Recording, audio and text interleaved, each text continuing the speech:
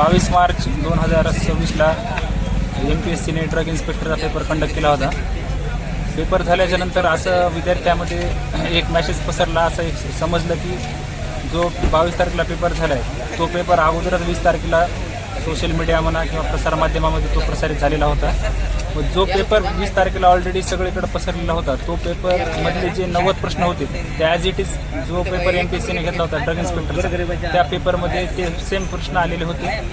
व जे जवळपास 90 प्रश्न त्यातले ॲज इट इज सेम होते सगळे. जे प्रामाणिक विद्यार्थी आहेत, जे की गरीब घरचे, तर जे की जीवाचं रान करून 4-4, 5-5 वर्ष प्रामाणिक अभ्यास करून जी तयारी करतात ते याच्यामुळं मागं राहिले आणि त्यांच्यावर अन्याय व्हायला.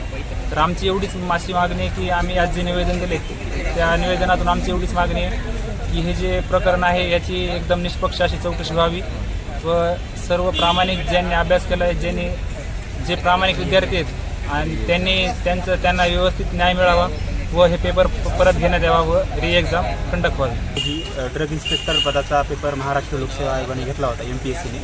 आमचा महाराष्ट्र लोकसेवा आयोगावर पूर्णपणे विश्वास आहे. MPSCवरती आमचा पूर्णपणे विश्वास आहे आणि MPSC फक्त आमचाच पेपर नाही तर जवळ अनेक विद्यार्थ्यांचा पेपर कंडक्ट करते.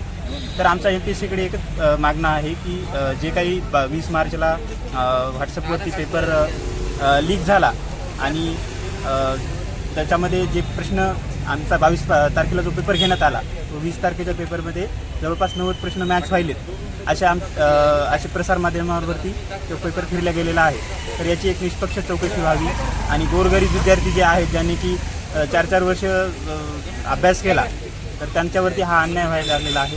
तर आमची आयोगाकडे आणि प्रशासनाकडे हीच मागणी आहे की याची निष्पक्ष चौकशी व्हावी आणि विद्यार्थ्यांना त्या ठिकाणी न्याय मिळावा. कारण अनेक लोकांनी पैसे भरून गरीब विद्यार्थ्यांची स्वप्ने त्या ठिकाणी विकत घेतलेली आहे.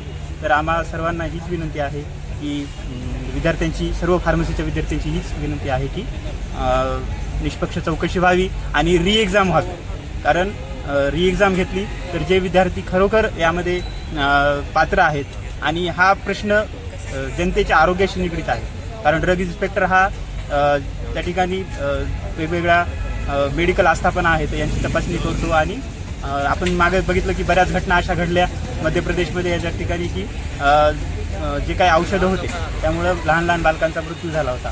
तर प्रशासनामध्ये असे भ्रष्ट अधिकारी येऊ नये हीच आमची त्या ठिकाणी मागणी आहे.